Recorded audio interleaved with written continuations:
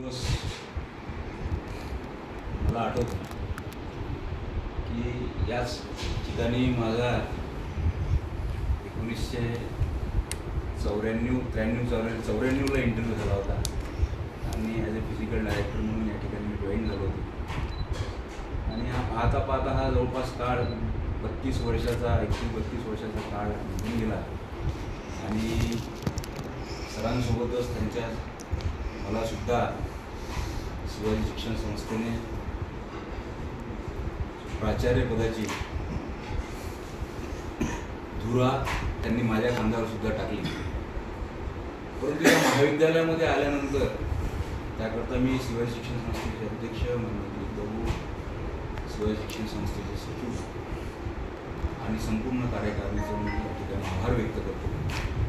या महाविद्यालयामध्ये आल्यानंतर एक थोडंसं वेगळं आपण या ठिकाणी जाणवतं, कारण ज्या काळामध्ये मी या ठिकाणी आलो होतो तर म्हणजे जवळपास सगळे सहकारी आज या ठिकाणी नाही आहेत.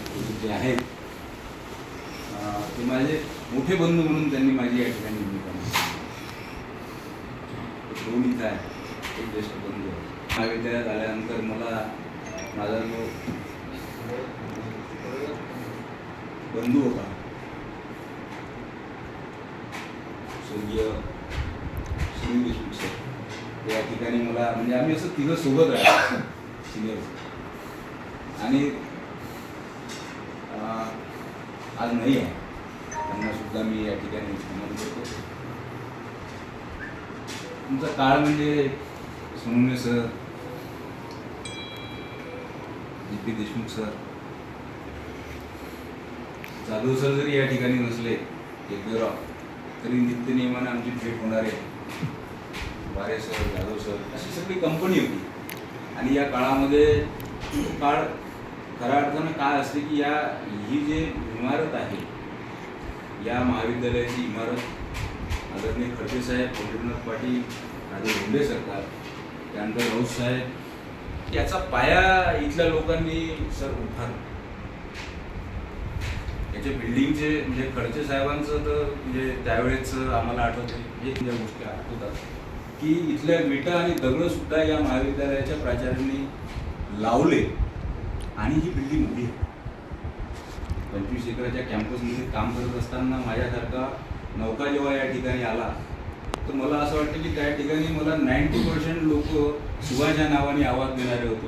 सुभाष हा जो आवाज महाविद्यालयातला जो येत होता मला माझ्या सहकार्याकडनं, मोठ्या बंधूंकडनं, तो एक आधाराचा आधार, तो असा आधार होता.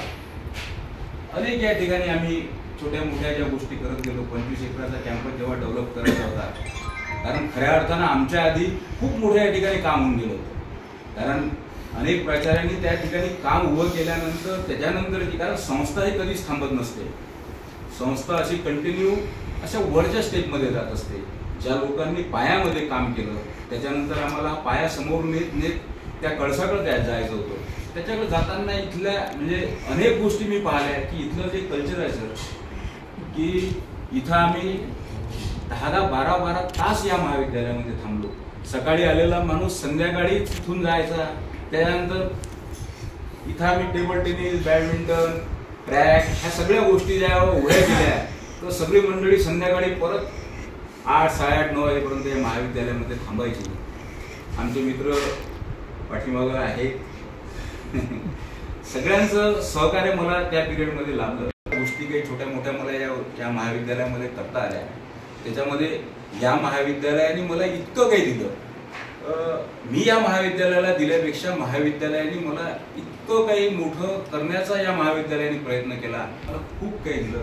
या महाविद्यालयाला मी माझ्या आयुष्यामध्ये कधीही विसरू शकत नाही. ज्या ज्या वेळेस आनंदाचा क्षण असतो, ज्या ज्या वेळेस दुःखाचा क्षण असतो, त्या वेळेस सुद्धा या महाविद्यालयाची आठवण इथल्या माझ्या सर्व सहकाऱ्यांची. आता अनेक लोक या ठिकाणी मला असे चेहरे सरळ जातात. अनेक माझे काही सहकारी सोडून सुद्धा गेले. नॅकचं काम असो, त्यावेळेस नवीन आलेलं नॅक भालके सरांना मला आठवतं की मी त्यावेळेस ग्राउंडवर होतो आणि ते सगळे बोर्ड लावायचे होते. भालके सर कॉर्डिनेटर होते. तर ते एका रिक्षात बसून त्यावेळेस आले आणि सांगितलं की अरे सुभाष हे राहिलेलं आहे तुमचं काम, तर आपण करू. असे म्हणजे या ठिकाणी काम करत असताना सर मला असं वाटत नाही की इथल्या लोकांमध्ये चांगली ताकद आहे, चांगली काम करण्याची क्षमता आहे.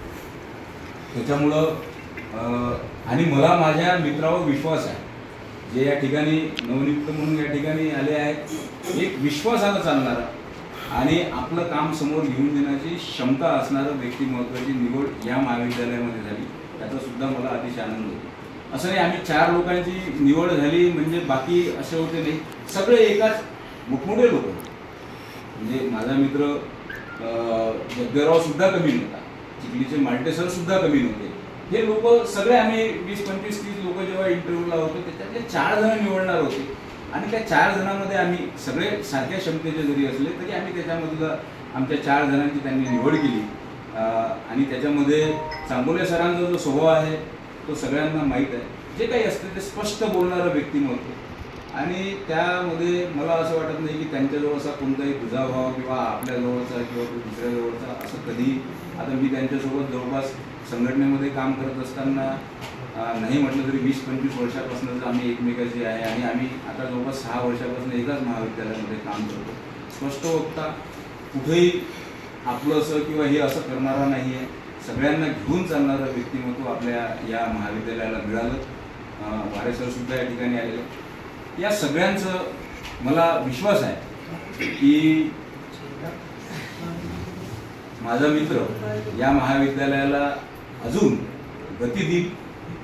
हा 25 एकराचा 24-25 एकराचा कॅम्पस आहे सगळ्यांना घेऊन. कारण इथला जुना शिक्षक असो नवीन असो, इथले मला अजूनही आठवतात माझं जे सिलेक्शन करणारे राऊत साहेब आहेत, भोंडे साहेब, स्वर्गीय राऊत साहेब, भोंडे सरकार या ठिकाणी अजूनही आहेत. या सगळ्यांनी भूमिका घेतली त्यावेळेस आणि माझ्यासारख्या शेतकरी कुटुंबात असणाऱ्या सर्वसामान्य परिवारात असणारा याची या ठिकाणी नेमणूक केली आणि इथूनच माझ्या जीवनाचा जो छोटा मोठा प्रवास सुरू झाला. आणि त्या प्रवासातले टप्पे गाठत असताना ज्या वेळेस म्हणजे एक थोडंसं माझं वाटतं आहे की ज्या वेळेस मी सिनेटची निवडणूक लढायचं तर हे माझे सर्व सहकारी या बुलढाणा जिल्ह्यामध्ये आपापली गाडी काढून माझा प्रचार करायचे.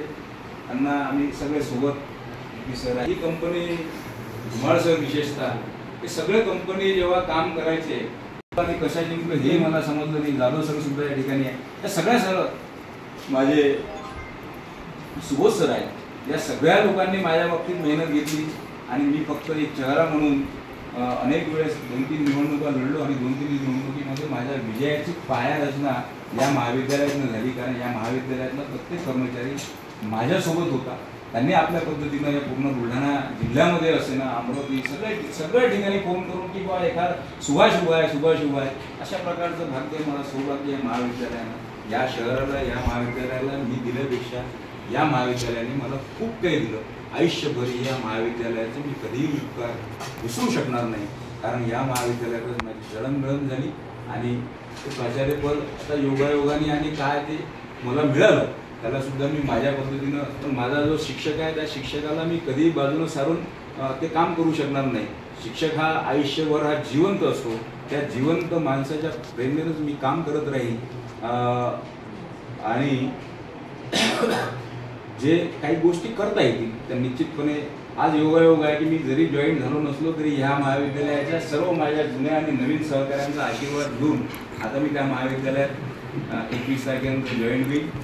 माझा या ठिकाणी सहकारी माझा मित्र जिवलग मित्र म्हणजे खरोखर आपल्या पद्धतीनं काम करणारा मात्र सरळ स्वभावाने चालणारा निश्चितपणे इथे या ठिकाणी सर अतिशय मोठमोठ्या माणसांनी प्राचार्य पदाची धुरा सांभाळली. एम.आर. खडसे साहेबांचं म्हणजे खडसे साहेब असो सोनवणे साहेब असो असे मोठमोठे लोक जे जाधव सर असतील या सगळ्या लोकांनी म्हणजे आपापल्या विषयामध्ये मोठमोठे असणारे माणसं. खडसे साहेबांचा फोटो एकमेव या ठिकाणी सांगताना अतिशय आनंद होतो की सिनेट हॉलमध्ये सगळ्या कुलगुरूंचे फोटो लावलेले आहे आणि त्या कुलगुरू सोबत या महाविद्यालयाच्या प्राचार्याचा पहिला फोटो लागलेला आहे. त्याच्यापेक्षा काय या महाविद्यालयाचं सौभाग्य असू शकते. अशा महाविद्यालयामध्ये आपली सर नियुक्ती झाली. खरोखरच मी तुम्हाला शुभेच्छा देतो आणि थांबतो. जय हिंद जय महाराष्ट्र.